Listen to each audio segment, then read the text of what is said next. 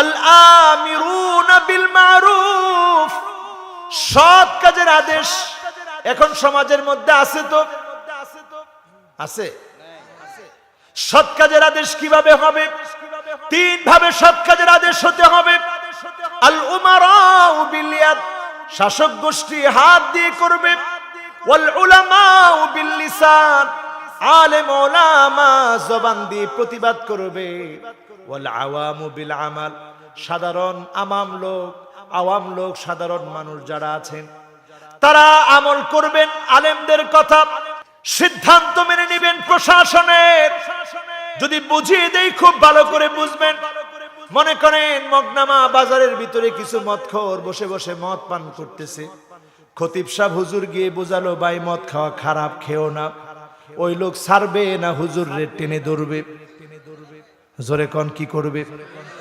হুজুর রে টেনে ধরে বলবে, হুজুর এই ওয়াজ এখানে করা দরকার নাই, এই ওয়াজ মসজিদে করেন।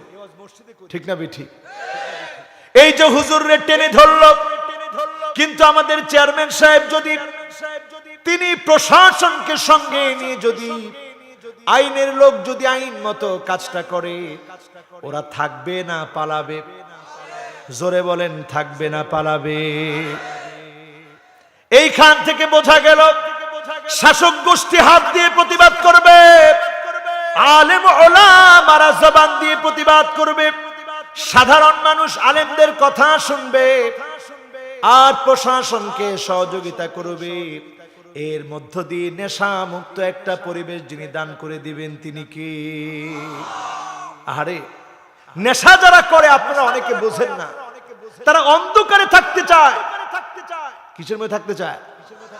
তারা মনে করে অন্ধকারে থাকলে আমাকে আমি লুকায় রাখতে পারবো।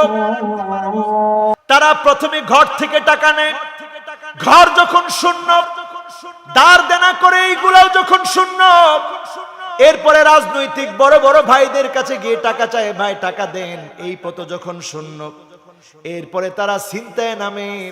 এই পথ যখন শেষ হয়ে যায় তখন তাদের মৃত্যু কোনো না কোনো ড্রেনের ভিতরে পড়ে তাদের মৃত্যু হয়ে যায়। ঠিক না বেঠি? এই যে সৎ কাজের আদেশ আজকে নাই। আমরা দেওয়ালে দেওয়ালে লিখে রাখি মাদককে না বলুন, মাদককে না বলুন বলে বলে কোনোভাবেই মদকে আপনি নিষিদ্ধ করতে পারবেন না। রিহাব থেকে ট্রেনিং নিয়ে দেখেন যে এখানে একটা ছেলে 40টা ফেন্সিডিল লাগতো, মাসে 40টা করে ফেন্সিডিল খেত, দিনে 25টা গাজার স্টিক লাগতো। যেই ছেলেদের 3টা 4টা প্যাকেট সিগারেট লাগতো, এমন ছেলেগুলা যখন রিহাবে যায় তাদেরকে তখন রুটিন করে দেওয়া হয়, তোমাকে 5 ওয়াক্ত নামাজ পড়তে হবে। উল্টা পাল্টা করলে একটা বৃত্ত এঁকে দেয়, এই বৃত্ত থেকে তুমি বাহিরে যেতে পারবা না।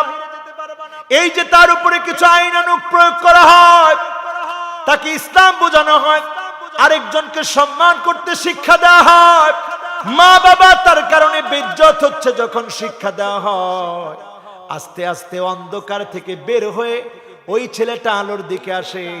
তার কাছ থেকে যিনি নেশাগুলাকে কাটায় দেন তিনি কে? রুটিন কিন্তু নামাজ। এই জন্য আমার ভাইরা সৎ কাজের আদেশ লাগবে। এই আদেশ করতে হবে আমাদের প্রশাসন, যারা ক্ষমতায় আছে তারা। এখন ক্ষমতায় থেকে যদি আপনি আলেমদের টুটি চেপে ধরেন, মুখ চেপে ধরেন, আপনি বুঝবেন আইয়ুসাল মুরশিদ।